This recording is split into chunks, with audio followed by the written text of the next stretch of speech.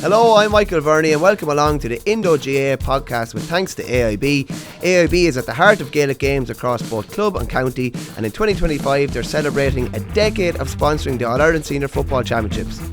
With this year's championship shaping up to be one of the most competitive in years, AIB is more excited than ever to bring fans closer to the action. Check out the hashtag #TheToughest for more. Well, this is a very special interview on Indo GAA. Delighted to be joined by Kildare hurling manager Brian Dowling. Brian, how are you getting on? All good, Michael. All good, thanks very much. Thanks for having me. In your wildest dreams, could you believe where you are on the precipice of our Macdonald Cup final, having never won a Macdonald Cup game until this year? Yeah, look, it is. I suppose it's absolutely amazing. I suppose where we've ended up. Look, we probably did dream about this day to get here, I suppose, but we knew a lot of hard work would have to go into it. We kind of hoped maybe that if things went our way, we could get into the top two. That was kind of the ambition at the start of the year, but I suppose after the Kerry defeat, that didn't look very likely. It kind of looked like, geez, can we ever win a game in the Joe McDonagh? But I suppose once we got that first win, the confidence kind of got going from the group, and we pushed it on from there. So, look, it's a very tough competition, and we're thrilled now to be in the final. What's the buzz like around the place, even in the last couple of days, Brian? We're chatting here on the Wednesday after the down game. You're a week and a half out. There was a great hum even on the pitch the other day after the game. There must be a good buzz around the place. Yeah, no, there is a buzz. I suppose each week you can see the crowds are building after each match. They're getting bigger and bigger. I suppose last week there was a big push to get a crowd in for the down game.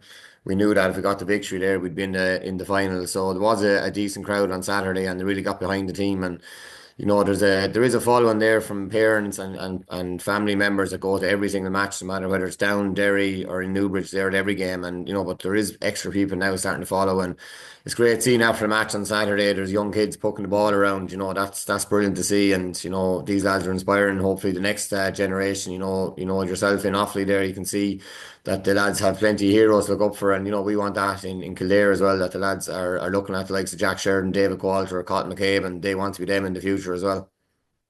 Coming from the third tier last year to be very close to the first tier, it's the hurling story of the year. I know you're probably trying to dampen it down a small bit, but in fairness to you, you're coming on a podcast here talking about it, which is great as well. But it is the hurling story of the year so far. I'm sure you want to complete the story.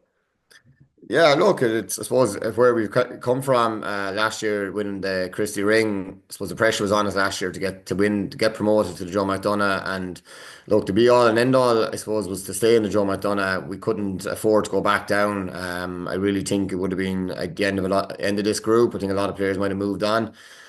So they didn't want to stay going up and going down. So especially when we got up to Division 1B, I think there's even extra pressure to stay in Joe McDonagh, because we didn't want to be going back to play Christie Ring hurling and then be playing Division 1B. We've been going from one extreme to the other. So to get up to stay in Joe McDonagh was number one. And look, now we have a chance in the final against a very good Laois team. We're there on merit, so we're looking forward to the final. Look, it's been a great story, but we want the story to continue. That's what we want. Laois want to continue their story. They're a proud hurling county, and look, we beat them already, but that's not going to count for much in 2 weeks. That win just got us to the final, and we're looking forward to it now. If anything, it offers even more motivation for them. Yeah, definitely. Look, it's always hard to beat a team. I suppose it's hard to beat a team once, but to beat a team twice in 1 year is very tough going. So, look, when the ball is thrown in Croke Park on Sunday week, it's a different game of hurling than it was 2 weeks ago. We know that. We know we're going to have to be our absolute best to compete with Laois and beat Laois. Look, they are a top class team. They're a really good management team there with Tommy Fitzgerald, and Niall Corcoran's an excellent coach. He's been at Wexford for a few years, at least the last time doing the Joe McDonagh. So, look, we know what we're up against. But look, we just have to worry about ourselves. There was a bit of a media night and stuff like that last night, but now it's full focus on the final, and that's all we're looking forward to. Talk to me about how you ended up in the job, Brian. You barely had your feet up, settled, having finished up with the Kilkenny Camogie team, and you were straight back at it again. Did you? I'd say you had a month to recharge, I'd say, and you were at it again. Yeah, I suppose, look, it's funny how things work out. I left the Camogie. I wanted to stay in management, but I didn't have any plans. Look, I was 5 years with Kilkenny Camogie, and absolute wonderful time in my life, and I'll treasure every moment I had. And lucky enough, we had success. But look, I felt after 5 years it was time to move on and try something else. And as it happened, I'd be very good friends with David Herty, and he texted me to congratulate me, on the Kilkenny Camogie success, and he just said he was going to be announcing his resignation on the Thursday the same week. So didn't think any more of it, to be honest. And then Nigel O'Hara was involved as the coach with David, and be good friends with me as well. And he just contacted me and see was I applying for the job. I didn't even realise there was a job advertised, to be honest. So I thought about it, and I thought it was a good fit, and applied for the job, and had to interview for it, and I got the job. Nigel stayed on as coach last year. He's now moved on to Dublin, but just kind of felt it was the right fit for me. It's not too far away from Kilkenny. Would have followed Kildare, I suppose, with David being involved in Nigel for the last couple of years, and kind of seeing that there was, there's a lot of progress made, and there was a chance to do something here. And, I would have spoke with David a good bit, and he kind of said, look, definitely go for it. There was a good chance here, got a good response from players. So, yeah, that's why I went for it. I wanted to stay in intercounty management, and look, it just kind of happened. I suppose timing is key there, and just happened to be in the right place at the right time. I even remember talking to you before. I think were you with an O'Loughlin's under 15 team that played Nace, and you were kind of nearly blown away by the whole setup as well. Yeah, it was 2015 and 2016. We played Nace and 2 different years. They joined the under 16 league, and look, we had a very strong team with O'Loughlin's that time. We Jordan Malloy and Mikey Butler, Owen Wall, they were all on the team, and they're now going on to play Kenny seniors. But we played Nace in that, and I couldn't believe how good they were, and how the support that they had, and how mad they were into hurling. They brought a huge crowd down to every match in Kilkenny that year. And the following year, then we got into the Shield final against Nace, and we decided to give up home venue, and we played it up in Nace, and we went up there, and they bet us in that final. And look, I just couldn't believe how much it meant to them. They jumped around after the match. It was like they won in All Ireland. It was just great to see that. And Martin Moran was involved. He's three sons on our panel at the moment. Ryan is the captain, and I would have kind of kept in contact with Martin, just kind of text him every now and again when Nace or Kildare had success. So it's kind of a small world. Like James Burke and Harry Carroll, Ryan Bourne, I think a few more of them were playing that day against O'Loughlin's, and I suppose it's a funny world. Little did you realise you were sowing the seeds for 7 or 8 years later. I know, yeah, and I actually still remember James Burke in that game under 16. I remember this big lad playing midfield, just running with the ball and being bigger than everyone else. And geez, this lad's going to be a good hurler. So definitely called that one right anyway. Yeah. Just talk to me about your season, Brian. Like an outsider looking in would have said, okay, down Beachy in the 2A final, and you were beaten by Kerry, a result that you probably could have got a win that day, and everyone would be thinking, oh, geez, they're going to be chasing their tail here for the rest of the campaign, and all of a sudden you've turned it around completely, won 4 games in a row. What was the aftermath of that Kerry game like? Even you see, you're gone to one end of the table and they're gone to the other end of the table, demoted to Christy Ring. Like, what was it like a couple of days after it? The spirits were hardly too high, I'd imagine. To be honest, it was absolutely horrendous. I honestly don't think I felt as bad ever after a game. It just felt so low, and so did the group. There was no one pointing any fingers or anything like that. We all just were so down and disappointed with our performance. I suppose, look, it was the first game, and the build up sometimes to that first game, you put so much pressure on ourselves to perform, and we didn't perform. Normally we do a video analysis on the review of the game on the Tuesday night, but we actually didn't look at that game. Just couldn't stomach it. But we had a very good, honest chat, and I remember it was lashing rain the same night, and our S&C, Mick Gillick, he's top class S&C, look, decided that these lads need to be pushed hard tonight because we didn't cover enough ground on the Saturday, so we pushed them hard on the Tuesday night, and I think it was the best thing that happened. They got it out of the system, and we're lucky we had Westmeath the following Saturday. I don't mean lucky we had Westmeath. Lucky we had a game the following Saturday, and it was at home. We had a chance to respond, and we just said, look, we held back against Kerry. We didn't go for it properly, and we had regrets. And we just said, look, we're not going to do that for the rest of the campaign. Whatever happens, we have to go for it. And our first half performance against Westmeath was really good. We were 14 points up at one stage. We still nearly managed to throw it away in the second half, but the lads finished really strong, won by 6. And I just think getting that first victory really gives the confidence then to push on in the other games.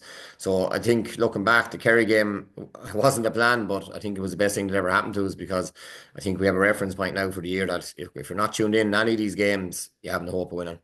Just on that Tuesday night, kind of shows you have to be adaptable as well. You might have a plan of what you want to do, but as I'd say, lads would have been attacking you if they had to go and watch video analysis of that game somehow. Yeah, like look, that's usually you have a plan, but we just decided that didn't think it was the right thing to do at that in that moment. But we did have a good conversation, and we threw it out to the players. And everyone was very honest, that they felt just left ourselves down. And look, fairness to Kerry, Kerry came up and they got the victory. It was very similar to the league final. We were 8 points up in the league final and we didn't get the job done. Down deservedly won that game. And then against Kerry, we were 4 points up. They got a level, went 4 points up again. And Kerry outscored us 5 points to no score in the last 10 minutes, and that really kind of hurt us. And just felt even if we got a point from it would have been something. And look, the longer you go without winning a game, I suppose the extra pressure that you put on yourself. So to get that win against Westmeath quickly afterwards was crucial to us. Yeah. The Joe Mac final just been played even before the Leinster final. It's obviously a particularly kind of special day for you, obviously with your home county Kilkenny in the Leinster final after. It's going to be some occasion. Yeah, it's brilliant. Look, in fairness to GAA, I think the structures are absolutely brilliant in terms of Joe McDonagh, Christy Ring, Lowry Marr, Nicky Rackard. Everyone is playing at their level, and if you're good enough, you get to move up. And to play it on a big day like a Leinster final is brilliant. And look, my own county's playing in the senior final is great as well. So hopefully there's a massive crowd. Fair play to Leinster Council. I think it's a great initiative with the 20,000 tickets. So look, hopefully people from Kildare will travel. We want big numbers at that match. It's what better way to get young lads into hurling than to bring them to Croke Park to watch their own county playing in a big game. And regardless of what happens in the MAC final, you're going to have a preliminary quarter final, which will be crazy up in Kildare. Jeez, that'll be madness in Connacht. Yeah, look, Travis is not something I thought about because I didn't think it was. David Herity said it to me a few weeks ago. He was texting me. He said, like, do you realise that we could be playing you there at some stage in the championship? I said, Jesus, I may stop talking to you and telling you stuff. So, but look, it's mad really to even think about that. Look, our focus is obviously on the Joe McDonagh, but we do realise that there is a game the following week. And look, to supposed to play in the Liam McCarthy this year, it's not something I ever thought about at the start of the year, but it's obviously going to happen now. So whatever happens to Joe McDonagh final, look, it'll be a special day in Newbridge. And again, hopefully get a big crowd out to support. Look, it's going to be a tough game. Obviously, you're going to be playing Dublin or Tipperary, who are our top class opposition. But look, what an opportunity for these lads to play against these. We're in a good position that next year in the Division 1B, we're going to have the likes of Dublin and Wexford and Clare and these teams coming to Connacht as well. So that's going to be a great thing to look forward to over the winter. Just briefly, Brian, on your own playing career with Kilkenny, it's fair to say it probably wasn't as long as you would have liked it to be.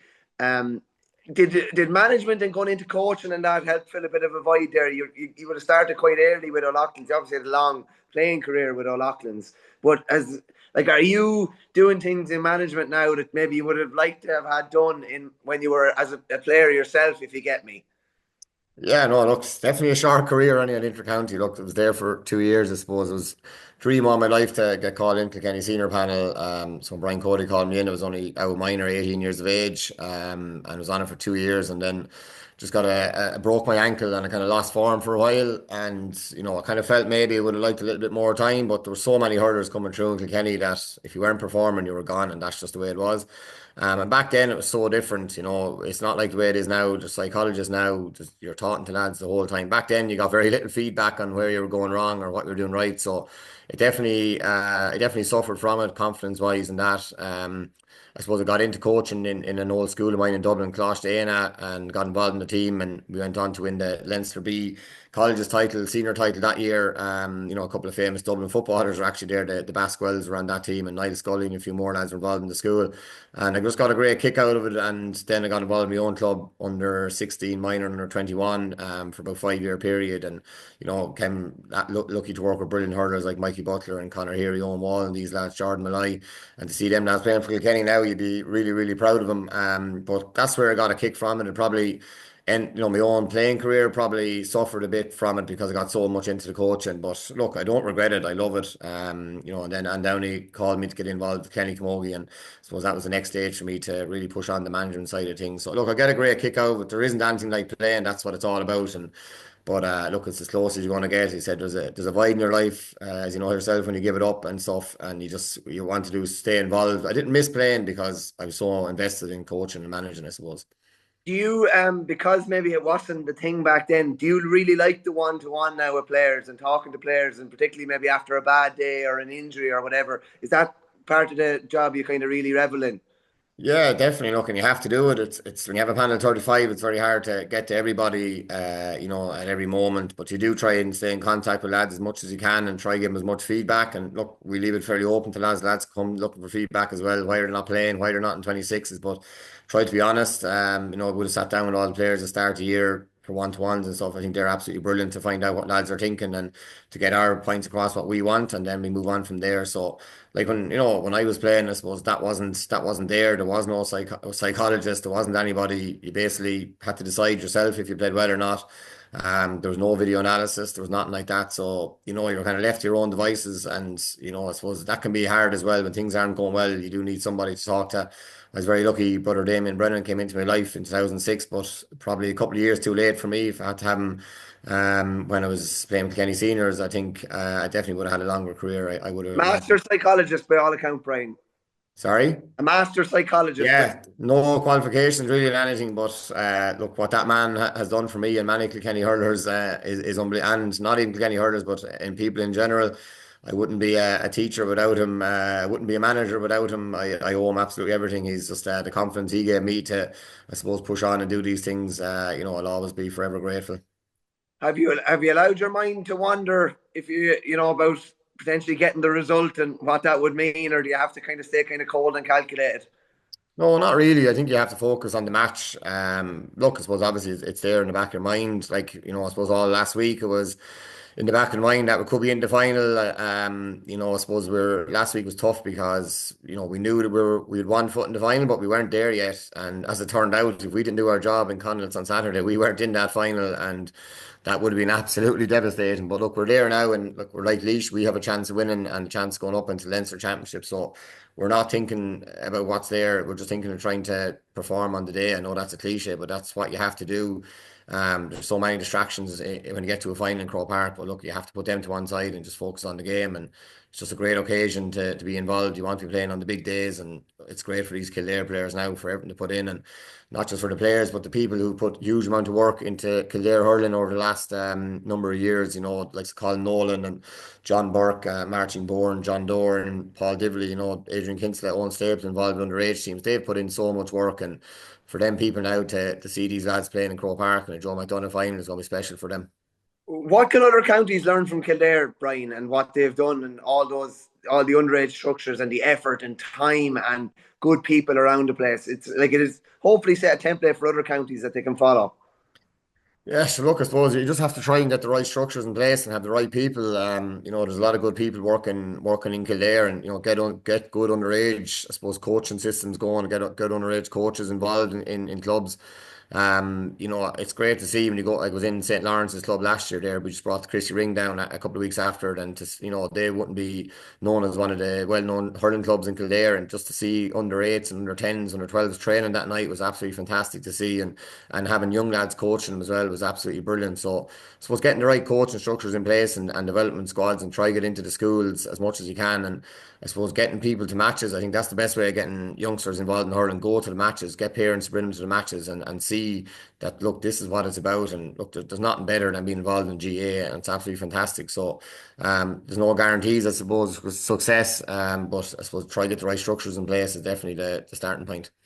Brian, you've been super with your time. Best of luck to you, and hopefully maybe we'll be chatting in a couple of weeks again with a bit of luck. No matter. Thanks, Mick.